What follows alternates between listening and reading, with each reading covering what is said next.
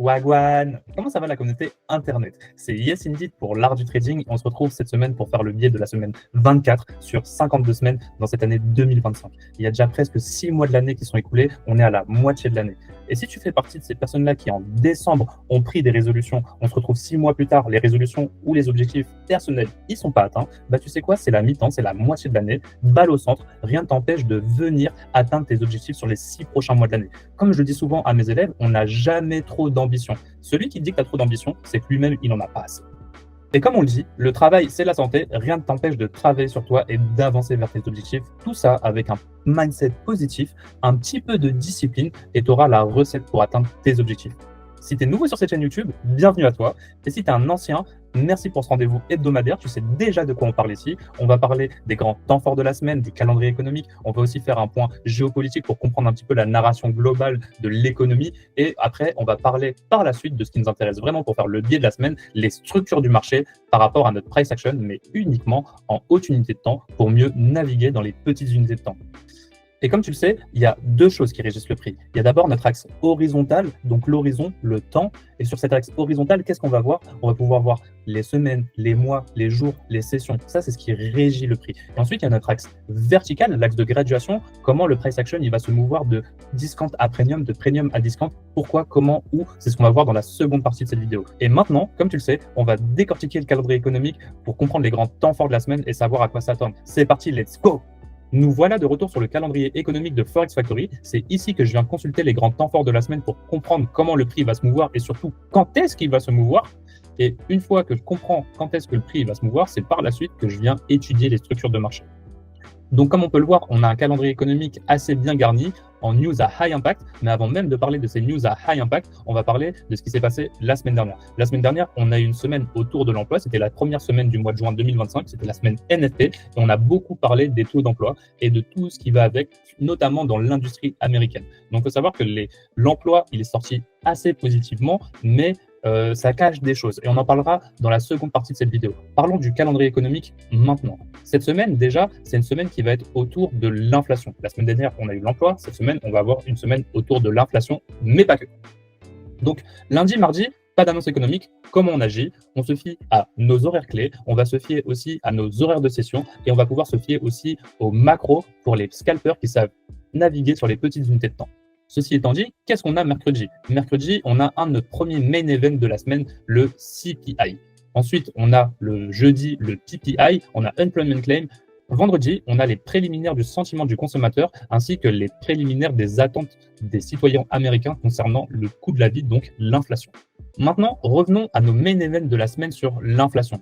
Nos main events de la semaine sur l'inflation, c'est bien à 8h30 le mercredi et à jeudi à 8h30 également. C'est ce que je viens de highlight ici. On a bien le Core CPI, le CPI, ainsi que le Core PPI et le PPI. Comme tu peux le voir, il y en a un où il y a marqué MM, il y en a un autre où il y a marqué YY concernant le CPI.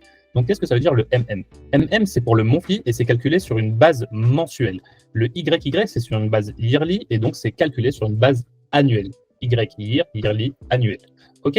Donc, ça, c'est une petite clé de compréhension. Ensuite, on a le CPI et on a le Core CPI. C'est quoi la différence? Donc, le CPI normal, il va inclure vraiment tous les produits que les citoyens, la petite ménagère, va consommer. Alors que le Core CPI, lui, il va tout inclure, mais exclure l'alimentation ainsi que l'énergie. Donc, ce qui fait qu'on n'a pas du tout le même calcul qu'il va faire et on ne va pas avoir les mêmes datas qui vont être émises publiquement. Il en va de même pour le Core PPI ainsi que le PPI concernant les indices de prix à la production. Il y en a un qui va calculer la globalité et il y en a un qui va calculer la globalité sans l'énergie et sans l'alimentation également, ce qui change aussi tout sur la data économique. On a Unemployment Claim qu'on a tous les jeudis, donc on le sait, ça peut manipuler très fortement le prix et c'est une annonce économique concernant le chômage. Et ensuite, on a les préliminaires du sentiment du consommateur et les attentes de l'inflation. Donc ça reste des préliminaires, c'est pas forcément les plus importants, mais comme on le sait, en ce moment, on est dans une conjoncture assez difficile aux États-Unis, donc ça peut vraiment pas mal jouer sur le prix. Okay, je le répète encore une fois, comme je dis toujours à mes élèves, si vous avez fait vos profits dans la première partie de la semaine, donc lundi, mardi, mercredi, ça ne sert à rien de revenir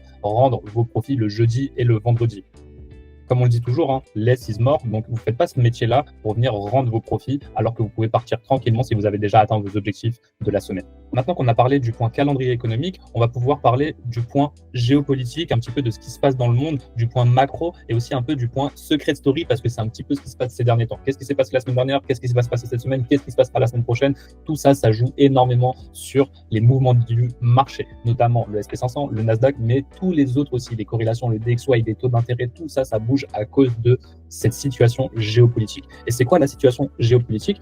Déjà, on va faire les grandes lignes mondiales et puis après, on va focus un petit peu sur les États-Unis. Déjà, on a l'Ukraine, la Russie qui a encore enclenché le second tour. On a eu des frappes de l'Ukraine, des réponses de la Russie, donc c'est assez musclé ce qui se passe. On n'oublie pas qu'il y a ça qui se passe. On a toujours Palestine, Israël aussi.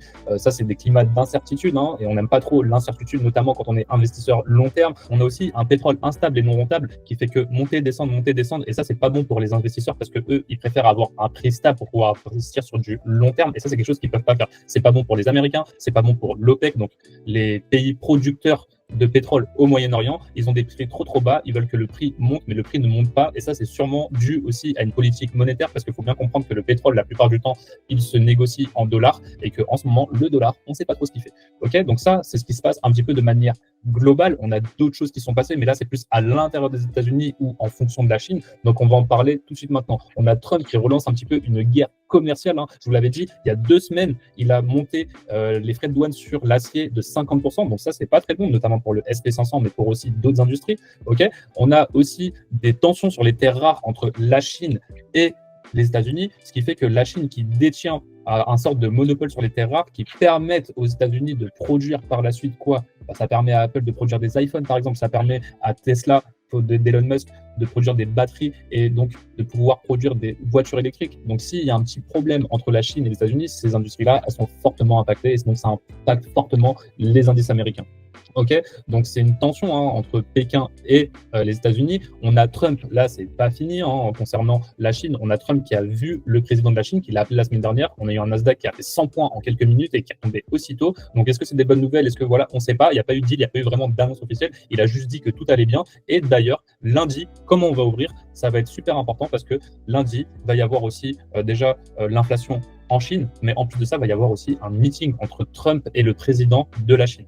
Et de quoi ils vont parler? Ils vont parler un peu de leurs accords commerciaux, de comment pouvoir travailler ensemble maintenant qu'ils sont bien tordus le cou chacun. Trump avec les frais de douane, la Chine avec le fait de ne pas céder et d'avoir un certain monopole sur les produits dont je vous ai parlé avant, les terres rares qui permettent de produire d'autres produits. Donc c'est important de comprendre un petit peu ce climat géopolitique entre la Chine et les États-Unis. Il y a aussi les coups de gueule, il y a tout ça.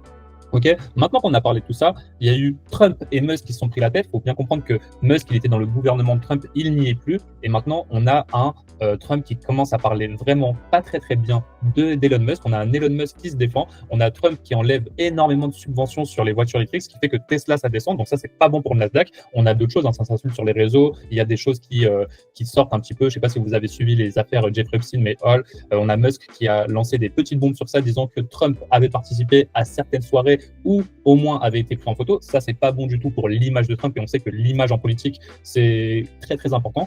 Et comme on le sait, ça, c'est 2 businessmen qui sont en train de s'entretuer aux États-Unis. On a un Trump qui a dit que si Musk allait financer les démocrates, ça allait mal se passer. Donc, on a des menaces dans tous les sens à l'intérieur du pays, ce qui n'arrange pas les choses aussi. Ok, je le rappelle, on sort d'un moment sur les chiffres de l'emploi qui ont été un tout petit peu truqués parce qu'ils sont au-dessus de ce qu'on attendait. Il y a des choses qui vont dans un sens. On lit les grosses lignes en mode waouh, l'emploi ça va mieux, mais quand on lit entre les lignes, l'emploi ça va pas si bien parce que à l'époque où Trump et Musk ils étaient dans le même gouvernement, Trump et Musk ils ont enlevé énormément de postes dans le public. C'est vrai qu'on a créé dans le privé, mais ça veut pas dire que ça remplace les autres postes qu'on a enlevés dans le public. Donc il y a énormément de gens qui ont perdu leur temps plein. Et ça, c'est pas bon pour le taux de chômage. Et normalement, on a un taux de chômage qui est censé diminuer. Il n'est pas vraiment en train de diminuer, il est en train de rester stagne. On a des nouvelles créations de l'emploi. Est-ce que ça montre que le dollar il va mieux? Pas forcément. On n'a pas un dollar qui est en train de monter. On a aussi autre chose. On a Trump vs Powell. Donc Trump vs Powell. Powell, c'est quand même le président de la Fed. hein, la banque centrale américaine qui décide du prix du dollar, de monter les taux ou pas, qui a un gros impact sur la valeur du dollar. On a Trump qui veut forcer Powell, lui, à descendre les taux, mais de l'autre côté, Powell, lui, il fait ce qu'il veut parce que la banque centrale américaine, la Fed, elle est indépendante, elle fait ce qu'elle veut. Donc si Trump, il veut quelque chose et l'obtenir de Powell par la force, il pourra pas. Tant que Powell, il est encore chairman de la Fed, il fait ce qu'il veut. Donc là, je pense que Powell, il joue un petit peu la montre pour comprendre un petit peu ce qui se passe parce que tout ce qui s'est passé sur les frais de douane récemment depuis les derniers mois, on n'a pas eu vraiment encore d'impact sur l'inflation. Donc dans le discours de Trump, on a oui, c'est bon, l'inflation elle est sous contrôle. En plus, j'ai ramené des milliards aux États-Unis, regardez les indices comment ils sont montés. Mais on a aussi eu Nvidia qui a fait un chiffre incroyable et qui a pu faire monter les indices, alors que de l'autre côté, on sait très bien que en vrai, ça va pas si bien et que ça soit au niveau du chômage, au niveau des créations d'emplois, au niveau des chiffres de l'emploi, au niveau de l'inflation. Est-ce que l'inflation elle a été impactée par les frais de douane? Ça n'a pas été encore visible, ça le sera peut-être par la suite et c'est pour ça qu'il faut faire attention aux chiffres qu'on nous donne parce que les chiffres qu'on nous donne de manière générale, ils sont toujours révisés dans les semaines qui suivent. Donc, vous prenez le cas avec mars, avril et les mois d'avant, les chiffres de l'inflation, les chiffres de l'emploi, ils ont toujours été révisés à la baisse. Donc, les nouvelles, elles n'étaient pas aussi bonnes que quand elles ont été dites. Et en fait, les nouvelles, quand elles sont dites sur les marchés financiers, ça peut faire pumper, mais ça peut descendre aussi rapidement. Donc, ça, c'est des choses qu'il faut garder en tête parce que c'est pas parce qu'il y a tout ça qui se passe et qu'on a l'air d'avoir des belles structures de marché qu'elles vont forcément tenir parce qu'on a quelque part des marchés sous perfusion. Ok? Et il n'y en a pas qu'une perfusion, il y en a plein. On a des marchés qui sont drogués. Il faut bien comprendre ça. On est dans une instabilité. Ok, donc maintenant que ça c'est dit, on va pouvoir passer à ce qui nous intéresse vraiment sur cette vidéo, c'est-à-dire les structures de marché dans les grandes unités de temps sur le SP500 et le Nasdaq. C'est parti, let's go! Nous voilà de retour sur TradingView. Donc ici, on a le SP500 à gauche, on a le Nasdaq à droite. On est bien sur un time frame mensuel, une bougie vaut un mois. Et comme vous le voyez à mon écran, il n'y a pas d'annotation. Pourquoi je fais ça? Parce que ça me permet d'avoir un regard neuf quand je vais faire mon biais, de ne pas être enfermé dans un tunnel vision et plutôt d'ouvrir mon esprit à comprendre les potentiels scénarios. Maintenant que ça c'est dit, je te conseille de faire exactement la même chose et on va mettre les annotations. Ok, donc qu'est-ce qui se passe? Ici, on va se rapprocher du prix actuel. Ça, c'est le mois de juin. Ici, on a le mois de mai. Et ici, on a le mois d'avril 2025. On a bien le previous month high et ici, le previous month low. Qu'est-ce qu'on a fait en début de semaine, la semaine dernière? On est venu chercher le haut du mois précédent, que ça soit sur le SP500, mais c'est également visible sur le Nasdaq. On est venu chercher le haut du mois. Maintenant, ici, ce qu'on va essayer de comprendre, c'est est-ce qu'on va continuer à pousser tout ce mois pour essayer d'ouvrir un potentiel déséquilibre ici? Ou est-ce qu'on va, maintenant qu'on a pris le haut du mois précédent, repricer? Où est-ce qu'on pourrait repricer? Ici, on a un déséquilibre. Je vais venir le mettre en x3 pour qu'on puisse bien voir ce déséquilibre. Okay, donc ce déséquilibre, c'était initialement un CB, un déséquilibre baissier. On a clôturé au-dessus avec le mois de mai 2025. On pourrait vouloir le revisiter parce que maintenant, c'est un IFVG, c'est une Inversion Fair Value Gap. On pourrait s'en servir comme un support pour rebondir dessus et envoyer le prix à la hausse s'il continue à être haussier, donc bullish. Le SP500 à gauche, on a le même déséquilibre qui était initialement lui aussi un CB et qui est devenu inversion. Donc c'est bel et bien ce déséquilibre. Maintenant que tout le monde l'a identifié et qu'on a compris qu'est-ce qui est près du prix, très proche du prix, on va comprendre la big picture. Ici, qu'est-ce qui s'est passé? On a bien un prix qui est revenu dans le discount. Quand il est revenu dans le discount, on est venu rebondir sur celui-ci et on a rejeté fortement pour faire par la suite une bougie haussière en mai et maintenant en juin on commence aussi une bougie haussière. Mais ici, ce qui va être important de notifier entre nos deux actifs, c'est que suite à ce rejet du mois d'avril 2025, qu'est-ce qui s'est passé? Ici, on a créé aussi un petit volume imbalance. Et comme on le sait, ils ne sont pas faits pour rester intacts. Ça, c'est très loin du prix, mais c'est quelque chose sur le quoi je dois porter votre attention. Et ce volume imbalance correspond au previous month low, donc le bas du mois précédent. Maintenant qu'on a bien vu tout ce qui est en dessous du prix, qu'est-ce qu'il y a très lointain au-dessus du prix? Très lointain, on a ici ces equal high et donc notre all-time high, le plus haut historique. Est-ce qu'on va continuer pour aller chercher le all-time high historique? C'est ce qu'on va voir dans les prochains mois, voire les prochains trimestres. Maintenant, notre focus, on va le remettre sur ce qui est essentiel. Ce qui est essentiel, c'est de comprendre comment elle va évoluer cette bougie monthly. Il nous reste encore 22 jours et 1 heure, l'équivalent de 3 semaines. Donc, est-ce qu'on va avoir une bougie noire qui va repricer l'IFVG monthly ou est-ce qu'on va continuer à avoir une bougie verte qui va aller vers les all-time high? C'est les questions qu'on va se poser. Comme tu le sais, on est sur un biais weekly, donc ce qui va nous intéresser, c'est de passer en weekly. Une bougie vaut une semaine ici, code couleur orange, et on va définir ce qu'il y a au-dessus du prix et ce qu'il y a en dessous du prix pour mieux comprendre où est-ce que le prix va se situer et où est-ce qu'il va vouloir se mouvoir la semaine prochaine. Donc ici, quand on est en train de regarder le SP500, qu'est-ce qu'on a? On a la bougie de la semaine dernière, on a donc le nouveau previous week high, previous week low. Notre première question, c'est qu'est-ce qu'on va prendre? Est-ce qu'on va prendre le Previous Week High? Est-ce qu'on va prendre le Previous Week Low? Pareil pour le pour le Nasdaq à droite. Est-ce qu'on va aller chercher le haut de la semaine précédente, le bas de la semaine précédente? Maintenant qu'on a bien compris le haut et le bas de la semaine précédente, on va comprendre un petit peu le contexte avec un petit peu de raffinement. Ici, qu'est-ce qu'on peut voir sur le SP500? On peut voir que ce déséquilibre que je vais vous mettre en x4, il n'a pas été rééquilibré. Alors que quand on regarde le même endroit sur le Nasdaq, lui, ce même déséquilibre qui correspond exactement à la même période, je vous rappelle, ces deux actifs qui sont corrélés positivement, ils vont dans le même sens. Ici, il a été repricé à 100%. Donc, qu'est-ce que ça montre? Ça montre que le Nasdaq, il est plus fort, c'est lui qui tire les indices à la hausse. Ok? Et ça montre que le SP500 est plus faible. Donc, s'il y en a un qui doit décliner et tirer les indices à la baisse, ça sera du coup le SP500. Maintenant qu'on a compris ça, on va faire un petit focus sur le Nasdaq pour comprendre un petit peu la narration. Je vous le rappelle, comme je vous l'ai dit dans la vidéo de la semaine dernière, qu'est-ce qui s'est passé? On est descendu ici violemment, on a pris une liquidité majeure que je vais venir mettre ici en x3 ou 4, donc le lot de janvier 2024. Qui a pris le lot de janvier 2024? C'est bien cette structure de marché. Cette structure de marché, par la suite, elle est cassée. Elle est cassée au corps ici, par cette semaine du 12 mai 2025. Par la suite, on a eu, grâce à la cassure par le corps, un market structure shift qui nous a ouvert un déséquilibre avec énormément de displacement, un mouvement énergique du prix qui a ouvert ce fair value gap. Ce fair value gap, il n'a jamais été repricé. Donc pourquoi pas le repricer dans les prochaines semaines, voire la semaine prochaine. On a CPI, annonce à forte volatilité. On a PPI, annonce à forte volatilité. Donc pourquoi pas revenir repricer ça dans le discount. Et donc maintenant qu'on a compris qu'on a potentiellement un modèle d'achat en weekly qui est en train de se former sous nos yeux, il nous manque le dernier ingrédient, le retest de ce fair value gap avant de revenir reprendre une direction haussière si ce fair value gap tient. Donc ça ressemble à quoi avec des flèches? On a bien ici le market structure shift qui ouvre ce déséquilibre et pourquoi pas un retest de ce déséquilibre pour revenir chercher les all-time high et créer des nouveaux all-time high. C'est exactement ce dont je vous ai parlé la semaine dernière. C'est ce qu'on n'a pas fait la semaine dernière et vous allez comprendre pourquoi on l'a pas fait la semaine dernière. Mais avant de comprendre pourquoi on pourrait revenir sur ce point, on va juste mesurer ce point. Et donc ici, on a bien une bougie, deux bougies, trois bougies. On a un swing low, un bas bien visible. Et là, ici, si on mesure par rapport au haut du dealing range, où est-ce qu'il est notre 50%? Il est ici. Donc, ça voudrait dire qu'on devrait revenir au moins sous les 50%, ce qui me paraît assez bas.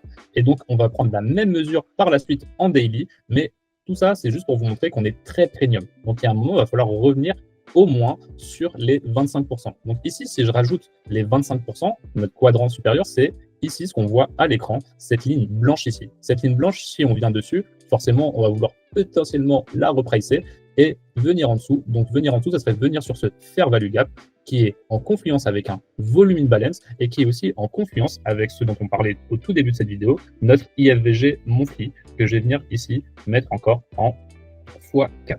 Ok, donc on a bien ici énormément de confluence à venir repricer. Maintenant qu'on a compris un petit peu le cadre temporel dans lequel on est, on va pouvoir passer en daily et comprendre ce qui va se passer. On a exactement la même configuration ici sur le SP500. On pourrait vouloir revenir repricer ce fair value gap avec le volume balance à l'intérieur. Daily, daily, daily, à quoi tu ressembles? Daily, on va venir faire un petit focus ici encore une fois sur le SP500 et ça sera à reporter sur le Nasdaq par la suite. Ok, donc ici sur le SP500, qu'est-ce qu'on a? On a eu ici la semaine dernière, lundi c'était cette bougie, mardi, mercredi, jeudi, vendredi. Donc on a eu une semaine complètement haussière.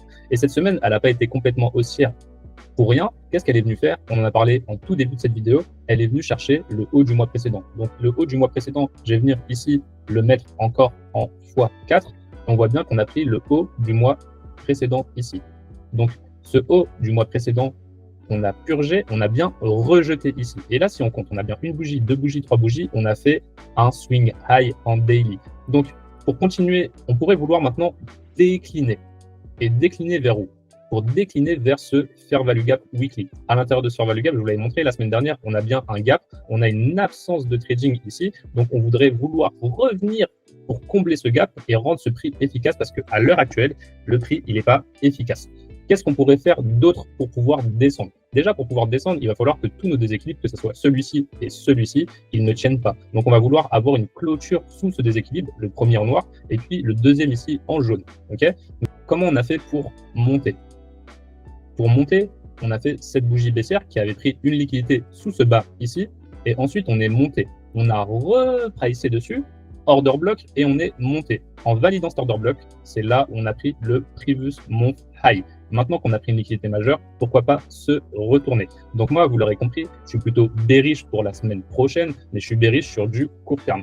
Là, mon biais long terme, il est toujours haussier. Pourquoi il est haussier? Parce que ce déséquilibre ici, sous forme de CB daily, ici, qui a été ouvert, on ne l'a pas repricé. Et par la suite, on aura les ATH dans le viseur. Donc, si ce déséquilibre il reste ouvert, c'est tant mieux. Et si on commence à se retourner à partir de maintenant, c'est encore mieux pour pouvoir descendre, repricer le discount. Et par la suite, ça nous donnera des raisons nécessaires de vouloir rééquilibrer ce déséquilibre qui est resté ouvert en repricant tous les hauts qu'on aura créés sur la route. Donc, ce que je suis en train de vous montrer, c'est simplement ça.